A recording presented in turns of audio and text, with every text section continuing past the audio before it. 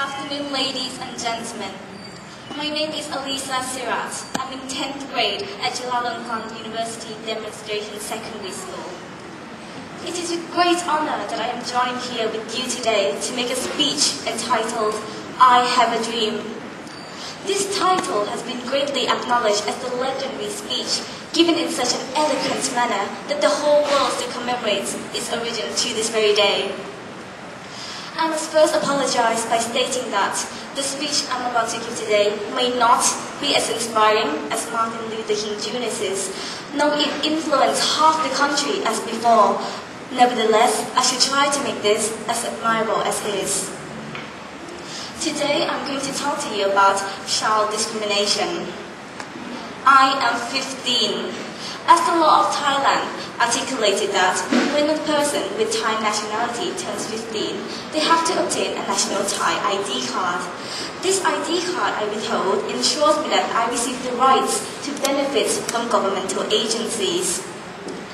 15 years ago, in the year of 1996, there were 800,000 births, 80% of which received identification card this year. What happened to the other 20% whose year I shared my birth with? The answer to that we would never know, but 3,900 kilometers away from Thailand, a 15-year-old girl was abused and left starving in the basement of Afghanistan. She was assaulted after refusing to be forced into prostitution. Throughout the world, children are being discriminated in a variety of procedures.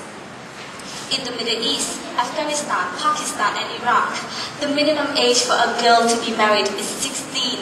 However, half the girls are married before the required age. In Asia, undeterred by the fact that the girls aren't forced to be married, there is a substantially large amount of child labor undergoing behind the blinds.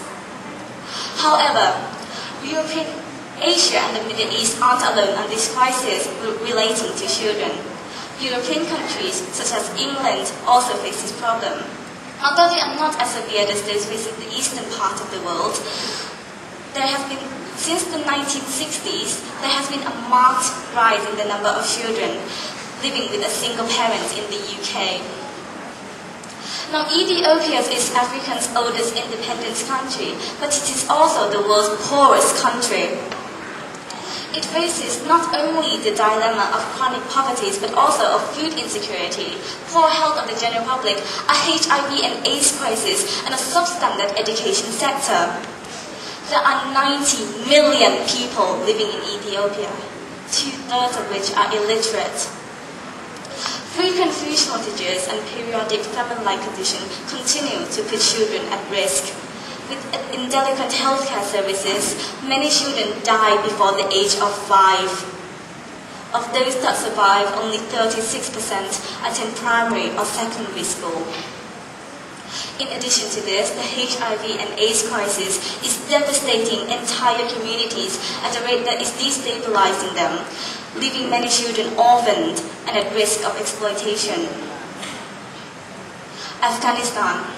For 30 years, Afghan children has been the innocent victim of a never-ending cycle of conflict, war, and terror.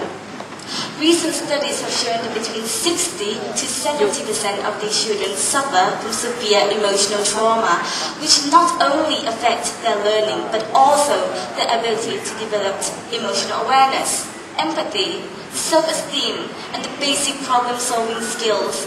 Such skills are essential as they grow up to be more productive adults.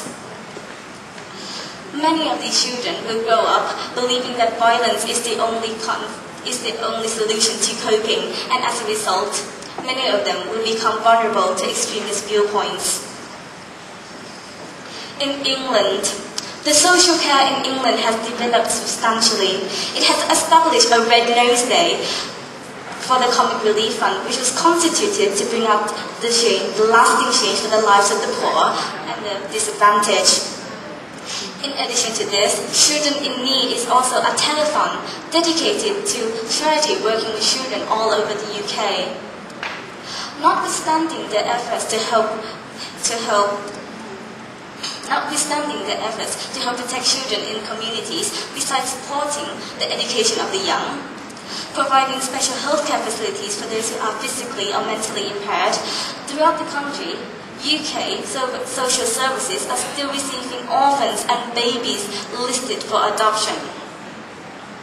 An article in The Guardian once stated that the numbers of babies adopted in England fell to 60 last year, despite a sharp rise in the number of children in care. There are 65,500 children in care, the highest number since 1987, with 3,700 of them under a year old. And finally, Thailand. Over 6 million people live in the capital city of Bangkok, the most densely populated area in the country. Many are migrants from rural areas, living in appalling conditions in the city's teeming slums. HIV and AIDS is a serious problem because of the large-scale sex industries which flourishes in the country. From the information that UNICEF has granted me, it estimates that around 290,000 children have been orphaned by the HIV epidemic, with 2,000 more born with the disease each year. In total, UNICEF puts the number of vulnerable children in Thailand at more than 1 million, including orphans, street children, and children with disabilities. I have a dream. I dream that one day the world will be filled with laughter and smiles of children all over the land. I dream that no children will ever feel neglected, pain, nor anger. I dream that illness will be treated, loss will not be overlooked, and all children will be educated. I know that what I dream can be achieved. I know that what I dream is within reaching distance. And I know that one day we will wake up to find that what I say here today is not a dream, but thus a reality. Today I share my dream with the world. Today the world will be changed. Maybe not for the better, but for good. Thank you very much.